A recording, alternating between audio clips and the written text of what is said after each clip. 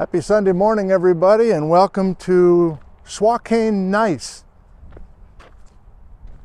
Huge exposures of this very important exotic terrain north of Wenatchee and south of Chelan. Locally, this place is called Vista Point, and we're approaching the little town of Iniat. So I'm going to follow some field guides that I haven't used before. It's just me today, and this is an outcrop that is familiar to me, but I'm looking for new outcrops so that we can learn together. Morning light on the Swakane Biotite Gneiss. Thanks for joining us. Let's get started. You're looking south at the moment. That's the Columbia River. It's a bit smoky here on a Sunday morning. Temperatures are mild, but will continue to climb again today. I'm out of the mountains. I'm not enjoying the incredible vistas a la Gary and Daryl. That was earlier this week. Even looking into the morning sun, across the Columbia River to the east, in the haze, that's Swakane Biotite Gneiss as well. So whether you're traveling north to Chelan on 97 or traveling north to Chelan on 97A, you have Swakane Gneiss on both sides of the Columbia River here. But just at the top, and then continuing all the way to Idaho, is the German chocolate cake, the Columbia River flood basalts. Not our topic today, but important to mention here because these exotic terrains and all the details that these exotic terrains contain disappear to the east under the Columbia River basalt lavas, essentially never to be seen again. Kind of frustrating, but also mysterious and kind of cool in a way, I guess. So I got a rock hammer with me. Let's go over. Boy, it is about as dry as can be. This is not the most pleasant time of the year to be down low here, but let's get a sense of this rock. And today's video will continue to follow. Oh wow, look at this. Right off the bat, we have very impressive quartz veins. And that's so much quartz material, I'm not even sure you call it a vein. So, I remember Stacia Gordon and Bob Miller up in the Skagit Gneiss. This is not the Skagit Gneiss, this is the Swakane Biotite Gneiss, but I remember them talking about leucosomes cutting through the Skagit. I'm not sure that's what we have here, but we'll read our field guide in just a second. I don't know, maybe it is. I don't know. Sure, let me just take a random block of biotite of Swakane Gneiss. Hi-ya!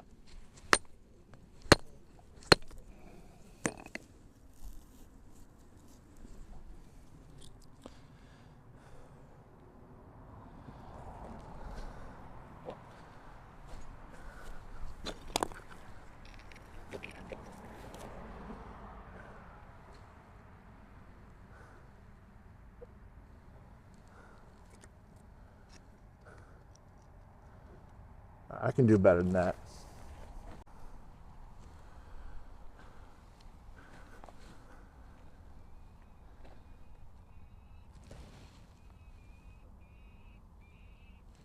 So let's get a little bit of this Swakane open. God, it's pleasant when there's not highway traffic.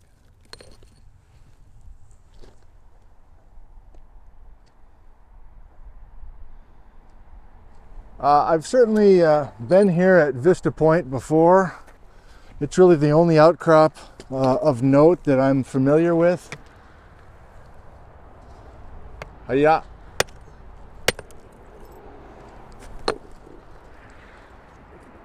But I think today we might get up into the hills and see more of this Swakane. Oh, this is crap. Let's get something better. I think I'm gonna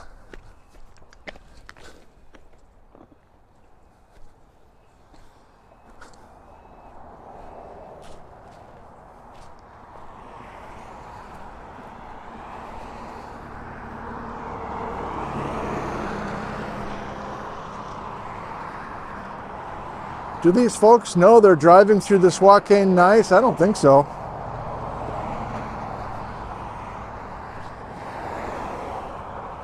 Surprising amount of traffic for 9 o'clock on a Sunday morning, but whatever.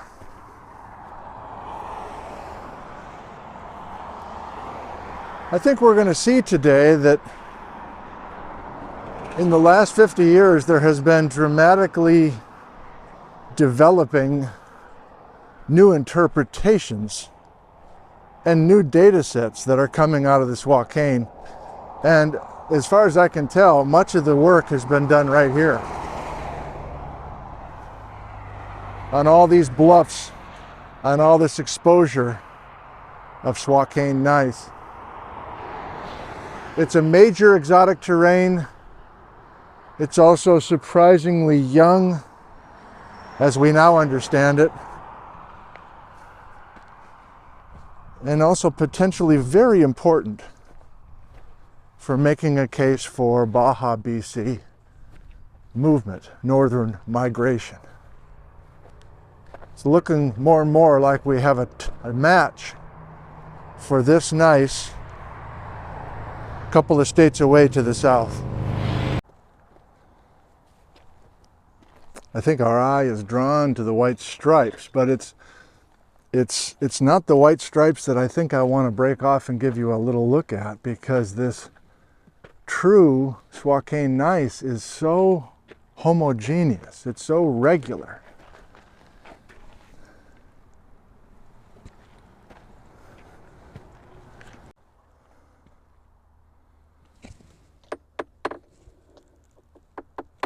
Hiya.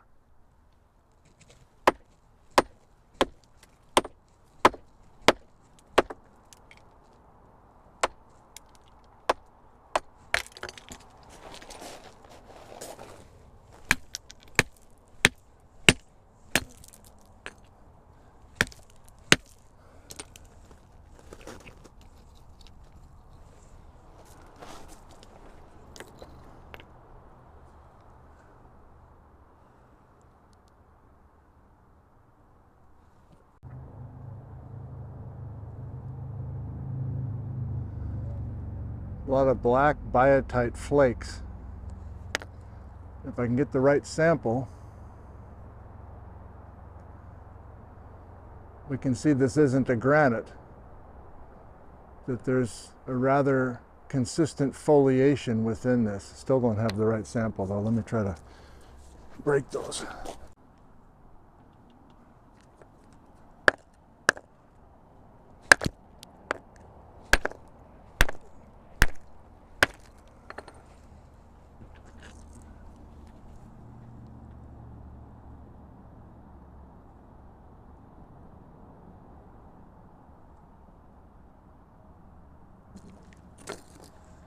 It's a little altered here, a little discolored.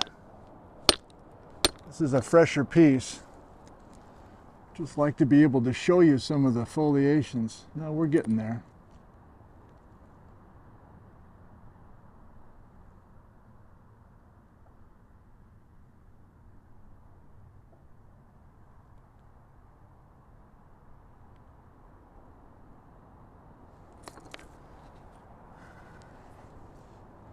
There's just so much of this material. We'll look at a map in a second. We'll see how much is this, as I color it, black on the map. Look at how much black Swakane gneiss there is and how uniform this appearance is.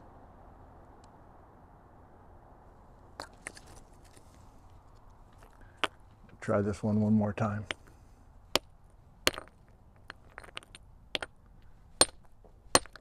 Come on, man. Thank you.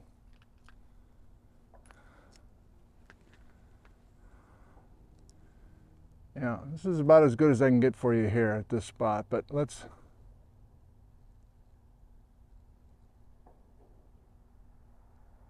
Yeah. Okay. It's a gneiss full of biotite. Who cares? Well, that's what we want to do here today. Give you a reason to care. I'll leave those for you. Onward.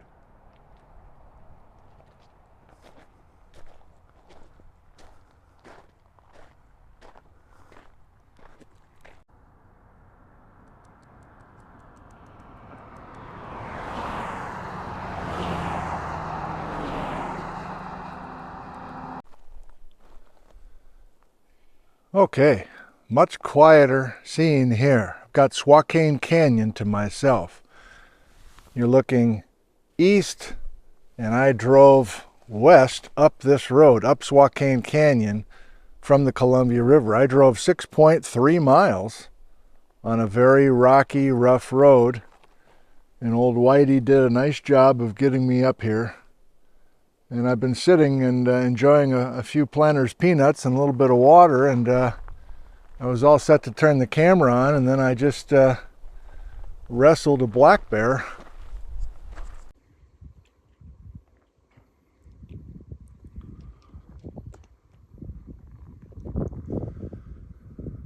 Welcome to Swakane Canyon.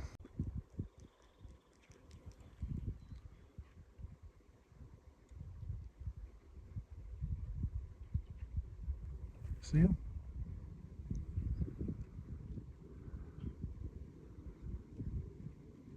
Black bear and Swakane Gneiss. No, let me rephrase. I did not actually wrestle with the black bear, but I stirred up the black bear over here in the trees, and then that little guy or gal, kind of a teenager, scrambled all the way up this Swakane Gneiss and up and over the ridge. So little guy didn't want to deal with me, and I guess I don't want to deal with him or her, but I do want to get over and look at this Swakane a little bit, and then we'll read a little bit together. I don't know, the late morning light here on a Sunday is quite nice, and never been up in this canyon before. Really impressed with it. And I like the fact that the road is pretty low-key, so there aren't a lot of people here, for sure. And this is the type locality of the Swakane Gneiss, meaning that this is where it was first studied. Maybe Aaron Waters back in 1932 was the first really to study this rock, and we have made tremendous advances in our understanding of the geochemical details of this unit. Potentially very important for us as we study Baja BC. So I can't hold it. Let me just, there's some, I don't know, those quaking aspen, some kind of poplar at least.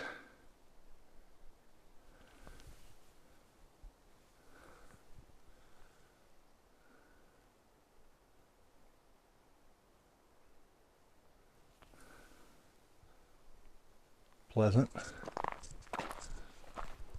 And up around the corner,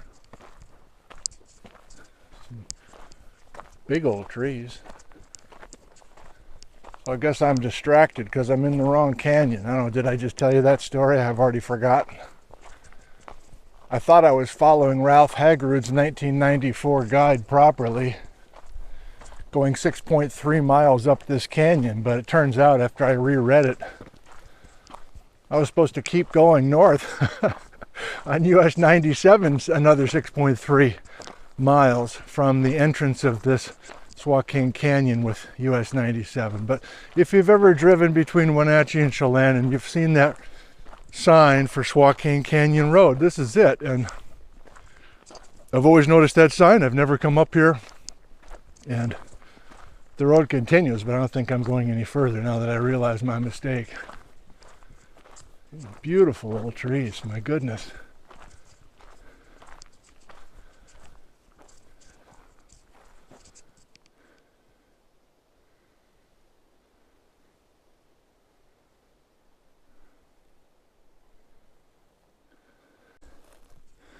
Like, it's a big terrain, and apparently it varies hardly at all. It's just steadily like this. And what I find very interesting is that 50 years ago, even 100 years ago, there was very little known about the details of this gneiss.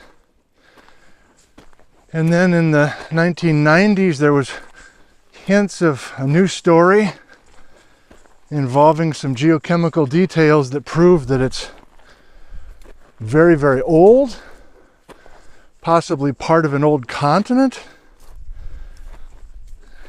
And then since then, in the 2000s and the 2010s,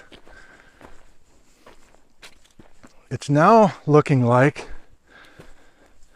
the very old zircon grains in this Swakane gneiss are not the main story. They have to be explained, but by far the majority of the grains in this Swakane gneiss are very young compared to other exotic terrains in the crystalline core. All right, my main reason for coming over here is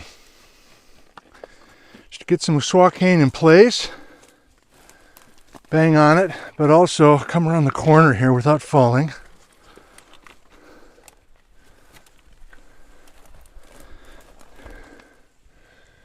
And just show you this canyon. It's a public road going up through it. It's rough, but most vehicles can handle it. And when we talk Swakane, I want to talk about this scene. In other words, it's Swakane gneiss is wherever you look, as far as you can see. And I've always wanted to come up this canyon, never have, so it just feels great to be here. Now again, I don't think I have to get too creative with knocking stuff off because it's all going to look the same. Good sound there.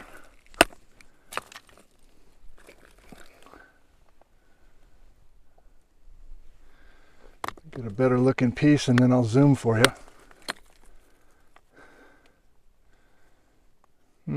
Too weathered. Let's go down here.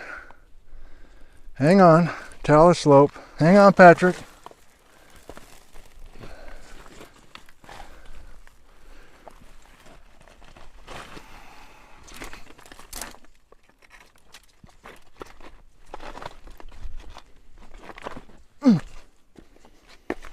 Yeah. Here's a good candidate right here. Come on, Gizmo, focus. Hiya! Oh, that's platey. That rings like a dinner plate.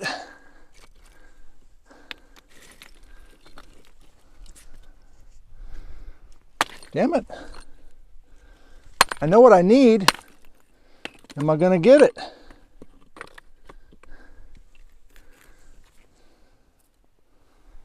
Shit, I don't know.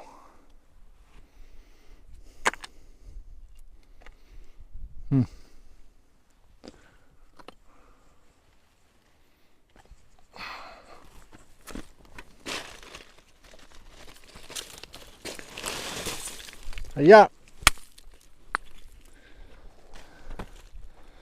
Yeah, we're getting there.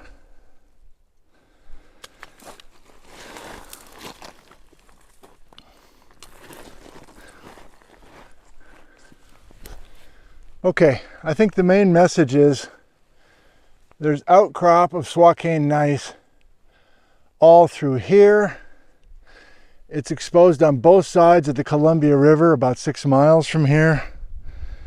It's a major terrain, and when you start looking carefully at these exotic terrains on bedrock maps, as we have been and will continue to, those aren't trees up there, those are cliffs of Swakane. As we look at those maps, we'll see how substantial in area the Swakane gneiss is,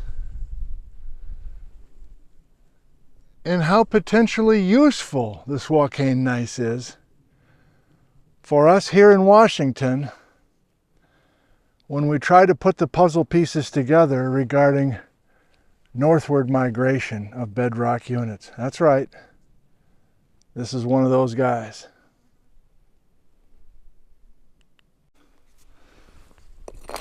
Yeah.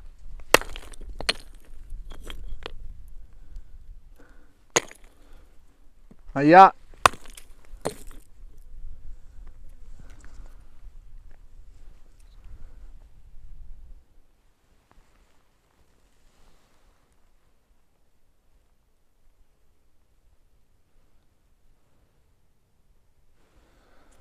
I don't know if it's the sexiest looking rock out there, but I'm kind of struck by its uniform nature and what that might mean about the geologic story that it has to tell.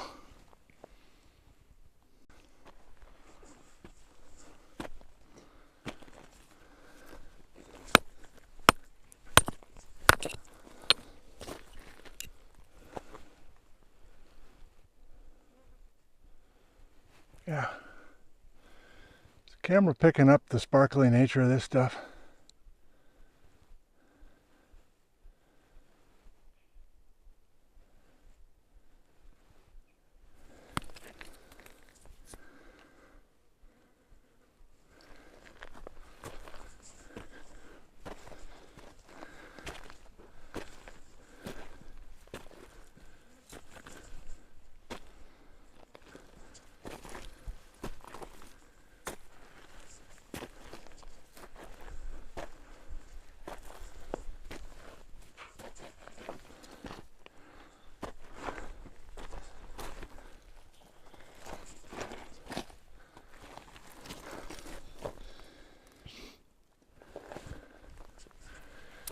Cute little outcrop.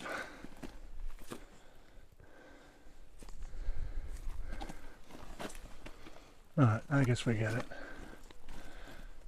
Yeah, I mean up ahead there's just like this stuff crops out everywhere. And yet there's no change to its details. So, I guess I don't have to hike all over creation to get samples for you. It's all going to look the same. Apparently. Let's go down to the chair, get out a couple maps, read a little bit of field trip guide stuff, and we'll call it a day.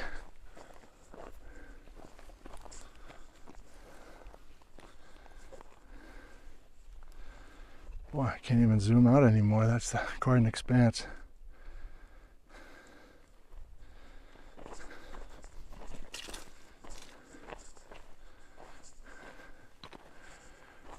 By the way, thanks to all of you who have been suggesting that I should hook up with Noralee from Itchy Boots as she comes through Washington. First of all, I'm small potatoes compared to her. Second of all, she likes to stay solo for the most part, which I totally understand and respect. Third of all, she's filming months in advance, so it's late August. I know for a fact she's in Canada or possibly Alaska already, so those messages keep coming in about Noralee, and I appreciate it. We're all enjoying her videos, and tomorrow morning she'll be crossing into Idaho, but that was filmed 2 months ago. So, hats off to Noralee from Itchy Boots. If you're unaware of the channel, she has grown exponentially in her followers, more than 1 million now. So I mention her for a number of reasons, including she's a geologist. She has a master's in geology, geochemistry, and so she occasionally throws in some geology into her episodes,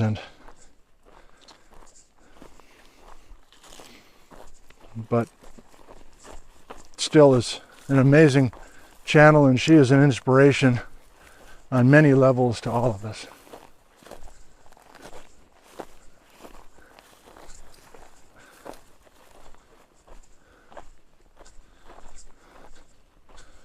But yeah, this is the kind of road that she'd be enjoying for sure. For all I know, she came up through the Swakane Canyon 2 months ago, but if she passed through without a trace, more power to her, and I totally understand why she needs to travel that way and film that way. This looks pretty fresh.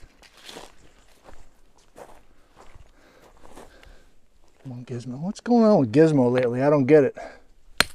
Woo! That was exciting. Oh, yeah. Okay. Shit, man, right next to the car. Let's really give you a macro.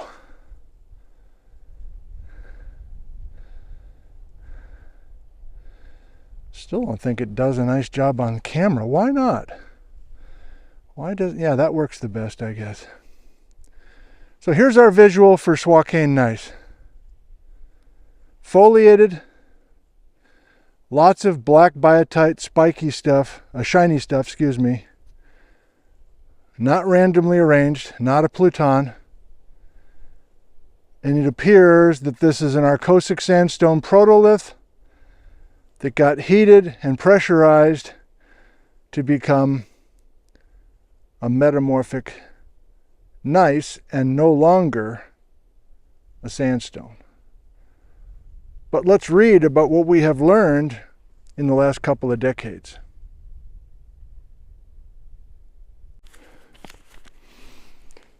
So in the previous video, Liz and I joined Daryl Cowan and Gary Paul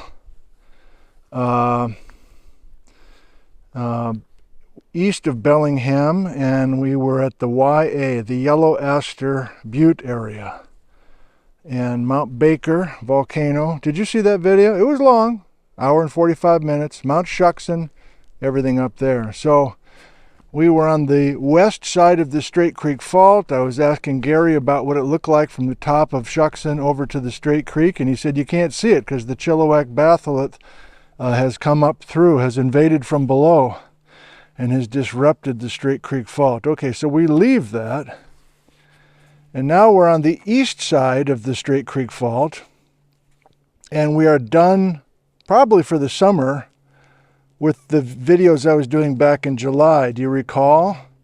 Mount Stewart batholith, Ingalls terrain, Chewaucam gray.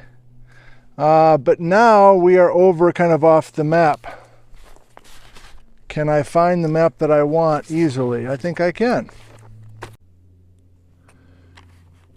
And so we are east of the Straight Creek Fault today, but we are not in the Wenatchee block. So the Indiot Fault here, which angles down to Wenatchee, Washington. Wenatchee, Washington is right here at my fingertip. So this white is Aaron Donaghy's Chumstick Sandstone, Chumstick Basin.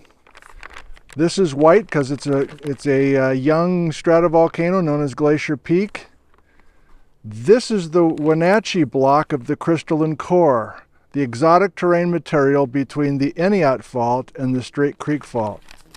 And you might remember that Gary up by Shuckson says the Indiot Fault merges with the Straight Creek, and that's also about the same place where the Chilliwack batholith comes up through and you can't see anything. So I think I'm done for this summer at least with the Wenatchee block. Green is Ingalls ophiolite. Pink is 90 million year-ish pluton material. Gray is 120 million year old Chewaucam schist. I'm going to call this gray as well. And the apple green is the Napiqua. And you may recall that I got up to the 10 peak pluton and ran into some Napiqua really for the first time right there by White River Falls State Park. Well, today is the first of maybe a number of videos, I'm not sure, from what's known as the Chelan block. So we're on the other side of the Indiot Fault, and the Swakane Gneiss is what we're looking at today. So I've driven 6 miles up a gravel road into the heart of the Swakane Gneiss, and I drove up Swakane Canyon, Swakane Canyon. Here's an isolated block of Swakane. Here's an isolated block or two of Swakane on the other side of the Indiot Fault. There's been right lateral offset of some of the Swakane. But north of the Swakane is more Napiqua, and then this is the Indiot pluton, which I know nothing about. So this is what I'm looking at for the next few videos, probably. No guarantees, but right now I'm only looking at the Swakane. Let's read from a couple of field guides. And the one that I thought that I was following is this old friend from 1994, the GSA meeting, hosted in Seattle, edited by Swanson and Hagerud. And I'm following the field guide that's part of this, written by Ralph Hagerud, Ned Brown, Roland Tabor, and others. And here's this morning, I started this video near the Rocky Reach Dam, and I was on US 97A with all that traffic. And then Ralph says, yeah, there's Swakane Canyon Road. That's the type area of the Swakane Biotite Gneiss. And I read this as drive 6.3 miles up Swakane Canyon Road, but that's not what he meant. I realized that once I got up here, exactly 6.3 miles, and found a black bear instead. What Ralph meant is continue north on US 97A for 6.3 miles, and you'll get into this second stop. So, I got up here, I'm looking for this dirt road near a small pond, and then I'm like, oh shit. Sorry, Patrick. But let's get to the important material. This gneiss is the sole component of the Swakane exotic terrain and contrasts with other metamorphic units in the North Cascades because it's so uniform with its texture and composition. This is 1994. The gneiss was probably derived from dacite, lava, or possibly clastic sedimentary rocks like in our Cossack sandstone. And that's based on work by Aaron Waters almost 100 years ago, Jim Mattinson, who's the father of Chris Mattinson, who's a colleague of mine, Roland Tabor, Jim Mattinson again, blah, blah, blah. Well, here it is in the mid-90s, 1993, and Ralph is writing up this guide, and he's getting some written communication from Troy. I don't know Troy. And Troy says, we got some weird zircons that we've dated, or we've analyzed with uranium lead and others. And we think we've got like early Proterozoic clastic zircons in this Swakane. And so Ralph and others are excited, and they think, well, maybe the Swakane is a displaced fragment of an older continent. Well, I used to teach that, and on a field trip about 10 years ago, I was still teaching that the Swakane was a part of somebody else's craton, and a couple of geologists on the way back to the vans pulled me aside, and they were very kind about it, but they said, boy, you are out of date. You got to get up to date, up to speed on what's going on. We don't think that's the case anymore. And I think Ralph Hagerud would admit that with the new data that's come in. You know how this works. You just work with the data that you have. I don't know. They're talking about that spot up at the Eniat River, so I'll skip that. But I think with this video, just to give you a little bit more detail, oh, you know what? Let's try this. So if we flash forward 10 years-ish to 2003, and now the GSA meeting is in Seattle once again, and here's Bob Miller, and a Sam Bowering student, Jenny Metzel, and Scott Patterson, an old buddy of Bob's, and Harold, who I don't know. And remember, I've used this guide before. So here's my colored pencil thing. I've chosen to stick with apple green for Napiqua, and you'll see why as we go along this winter. But so here's the Wenatchee block. We're done with it. Here's the Swakane where we are today. And again, we're 6.3 miles into the Swakane through the Swakane Canyon. But apple green surrounds the Swakane in fault contact. I don't think we'll get into it in this video. But remember that the Napiqua is also a host. No, I said that wrong. Just stick to the main messages today, boy. There's a fault contact between the Swakane Gneiss and the Napiqua. I have no idea if I continue up this road, if I eventually get to Napiqua. Not sure of that. Don't think I feel like driving all the way up there. But what does Bob have to say about the basics? Is he still on this thing that Ralph was talking about with an old craton from an old continent?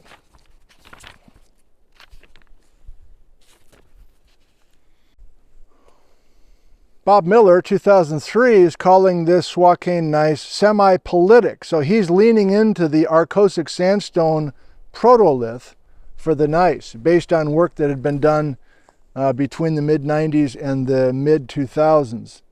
Swakane outcrops give us the opportunity. Local garnet staurolite schist and amphibolite lenses, where are they? Ah, they're at that same thing that I thought I was heading to. I got to get there. Probably won't go today, though. All right, not super helpful. What does he say about where we started the video at Vista Point? Oh, the Swakane is folded. The gneiss, back at the first off with all the traffic swirling around, displays an assemblage quartz plagioclase biotite clinzoisite, geez, never heard of it, muscovite garnet, and cut by numerous pegmatite sheets and quartz veins. We saw those. And those veins decrease in abundance as you go into higher structural levels. Presumably, if you go deeper, you lose those veins. The composition of the pegmatites suggests they did not rise far from their source. And then Bob Miller says they've looked at the Swakane very, very carefully in this area, producing grid maps of 2 areas.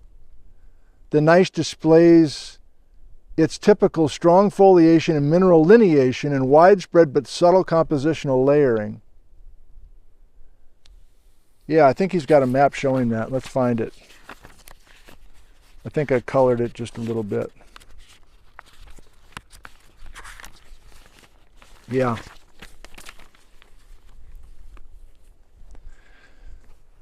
So this is Bob, 2003. Yellow is the Columbia River, upstream, past Chelan, heading towards Grand Coulee Dam. I thought maybe I'd be looking at all 3 of these units: Swakane gneiss, Nipiqua chert schist, Eniot tonalite or granite. But I think I'm just doing a video today on the Swakane. But look at all these individual readings that Bob and his grad students had collected, and Scott Patterson as well. And yes, this Dinkelman décollement, this detachment fault, is the boundary, is the structural boundary between the Swakane and the Nipiqua. More coming on that on another video down the road. So this is where we are. Finally, let's go to a quote-unquote modern version of the Swakane gneiss, and here's where it might break out a whole separate unit, or a whole separate video. But this is from the next time that the Seattle GSA meeting is national, and this is again Ralph. So Ralph's been around for a long time. And here's a field trip by Stacia Gordon, you know her, Bob Miller, you know him, and Kirsten Sauer, who was a star grad student of Stacia at Reno. And among other units that Kirsten and Stacia were looking at, by the way, here's a nice, I like this simple cartoon showing the Eniot fault and the difference between the Wenatchee block and the Chelan block. Again, you know where we are. We're in the middle of this today. But they also did a field trip during that Seattle meeting.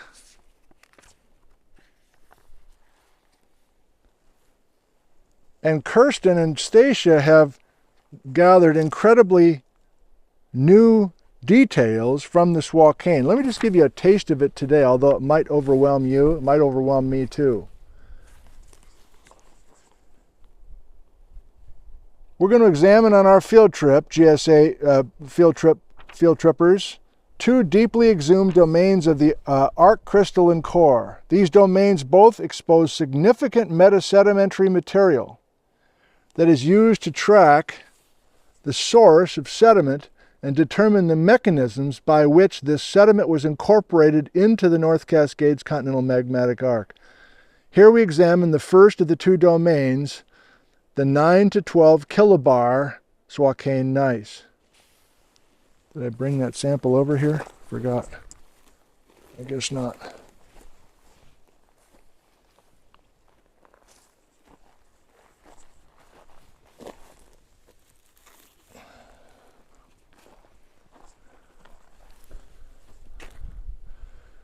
We'll use the Swakane as a paperweight.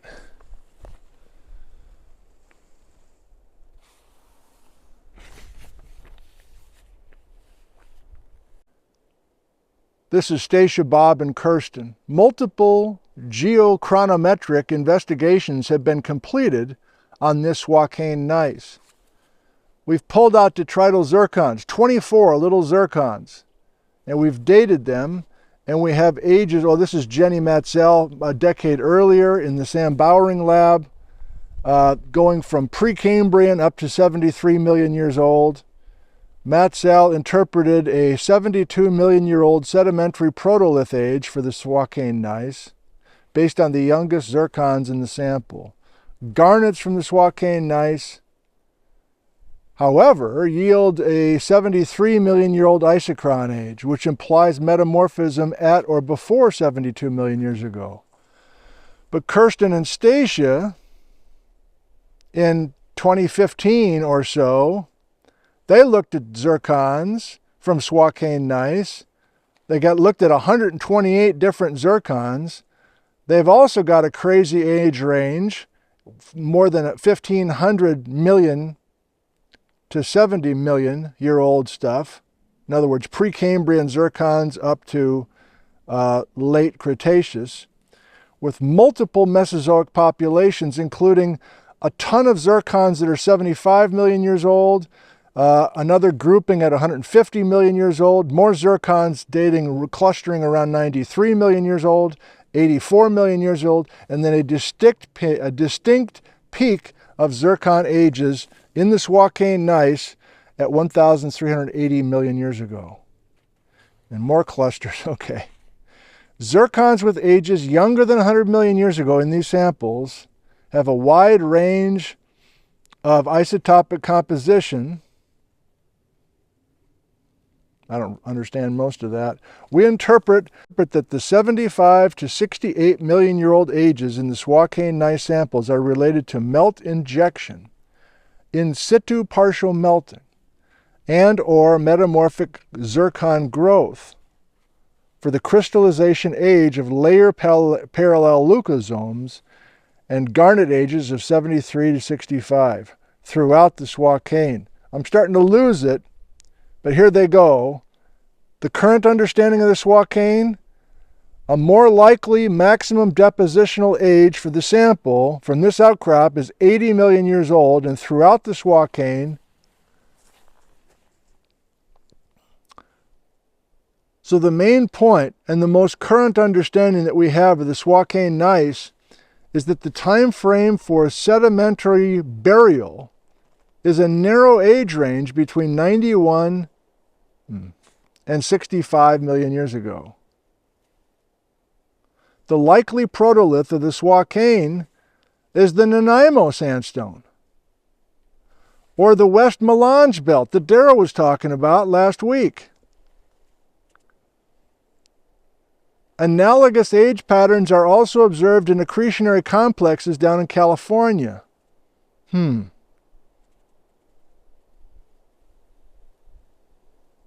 Potential match to some stuff down in Southern California. Okay, well, if you lost it at the end, I kind of did too, but the main idea is that if we go back to the master colorful map, you know where I'm headed. I keep telling you where I'm headed. This winter, we're going to look at how much of this stuff got moved from the south. Did everything get moved from the south? If only some of this stuff got moved from the south, which units traveled a long way? Which terrains moved not that very far? Which things on this map didn't move at all? And they came up from below pretty much in the present situation, if anybody. And of course, we're looking for matches. And it's starting to look like there is a distinct bedrock match between this Swakane gneiss and some similar metamorphic rocks in the Mojave Desert of Southern California. And you're like, tell me more about that. I'm like, not yet. We're just trying to get to know some of these key units. And if I'm devoting a whole lecture, if I'm devoting a whole video to this Swakane gneiss, and I might be doing more than one, clearly the Swakane gneiss north of Wenatchee, Washington is going to be a big player, I think, this winter. Let me flip you around to say goodbye. Well, thanks everybody. I think these videos have enough variety that there's something maybe for everybody.